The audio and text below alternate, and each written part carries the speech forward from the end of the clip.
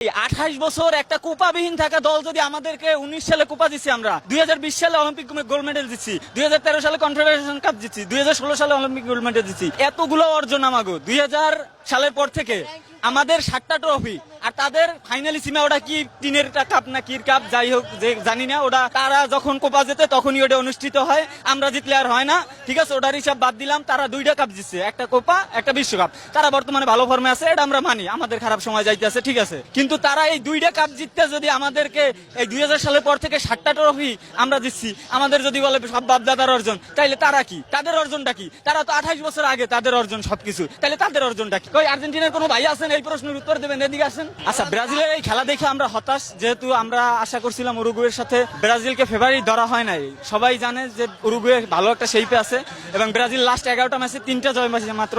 সেখানে দেখা যায় আমরা ব্রাজিলের খেলা দেখে মোটামুটি হতাশ, কিন্তু তবুও আমরা আশা রাখি প্ল্যানটিতে এখন ব্রাজিল উইন হবে। এলিসন বেকার বিশ্বকাপে হতাশ করলে আজকে আমাদের হতাশ করবে না। ভালো প্রশ্ন করছেন। 7 কবে যাবে? 7 কারা বলতে পারে? একজন জার্মানির জার্সি পরে আসুক, সে জার্মানির সাপোর্ট করে মনে প্রাণে জার্মানি, সে আমাদের 7 বলবে, আমরা তার কাছে ক্ষমা চাবো। ভাই তোর কাছে আমি 7টা খাইছি, আমি তোর কাছে মাপ চাই, তুই আমার আজীবন বল 7টা। কিন্তু এই যে আপনার জার্সি পরে আমার এসে 7টা বলবে, আমি তার 7টা কেন মানবো ভাই? আমরা নিজেরা তাদের 3 পিস পরাইছি, তারপর আমরা 3 পিস বলি, আর তারা অন্যটা নিয়ে আমাদের 7 বলে। তাদের তো আসলে লজ্জা নাই। তাদের কি বলবো, লজ্জা আছে?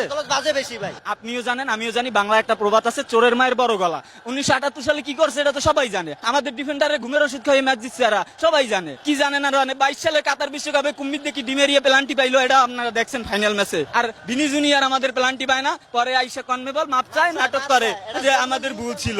অথচ আমাদের ভুল ছিল এখন বললে হইব। আমাদের পানামার সাথে খেলা পড়তো, আমরা পানামার সাথে ম্যাচটা ইজিলি উইন করতাম, কিন্তু এখন আমাদের খেলা পড়লো উরুগুয়ের সাথে, আমাদের ম্যাচটা একটু টাফ হয়ে গেল। যাক, যবুও আমাদের পানামার সাথে জিতলেও তো পরে যাই আবার সেমিফাইনাল উরুগুয়ের সাথেই দেখা হইতো। তো এখন আমরা ওই খেলাটা আগেই খেলে নিতেছি, নো টেনশন। আমরা আশা করি এখন আমরা প্ল্যানটিতে জিতে যাবো। আর এই 7 আপ টেপেন আপ এগুলো বললে লাভ নাই ভাই, এগুলো এখন আর পাবলিক খায় না। এগুলো বাপদাদার অর্জন, কারণ এটা 2014 সালে, এখন 2024 সাল, 10 বছর আগে। এগুলো বাপদাদার অর্জন, এখন এগুলো পাবলিক খায় না। ব্রাজিল সাপোর্টার যারা আছে এরা এখন খুব সচেতন। দলের খারাপ সময় যাইতেই পারে, আমরা খারাপ সময় দলের সাপোর্টার আছি, সাথে আছি, যে সমস্যা নাই। আর মেসি কি করছে গাতো ম্যাচে দেখছেন তো? যেখানে মানে ওই যে কথা আছে না, রনে বনে জনে জঙ্গলে, যেখানেই দেখবে বড় ম্যাচে প্ল্যান্টিক মিস, সেখানেই মেসিরে খুঁজিয়া পাইবে।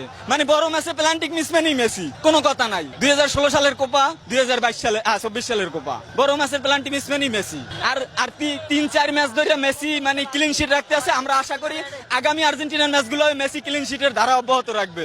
ভাই খুবই শোকাহত, বলার কিছু নেই। আসলে কিছু বলতে মনে যাচ্ছে না, মনটা অনেক খারাপ। খুব এক্সাইটেড ছিলাম যে আজকে আমরা জিতবো। আসলে আমরা হেরেছি অনেক জায়গায়, আমাদের আজকে ফিনিশিং দুর্বল ছিল, আমাদের সুপারস্টার ভিনি ছিল না। আর হচ্ছে যে আপনার, আর আমাদের ব্রাজিল কোনো অ্যাটাকেই জেনে আজকে বিশ্বের ভালো ভালো প্লেয়ারাই কিন্তু মিস করে। ওই দিন তো কিন্তু আপনার আর্জেন্টিনার মেসিও কিন্তু প্ল্যানটি মিস করেছিল। আসলে এটা লাক খারাপ ছিল, আর কিছু না। আমার হার্টে সমস্যা হয়ে গেছে আসলে, সত্যি কথা বলতে। খেলা দেখছি আর হচ্ছে মনে হয় নিজের ভিতরে একটু পর পেটের ভিতরে কামড় মারতেছে।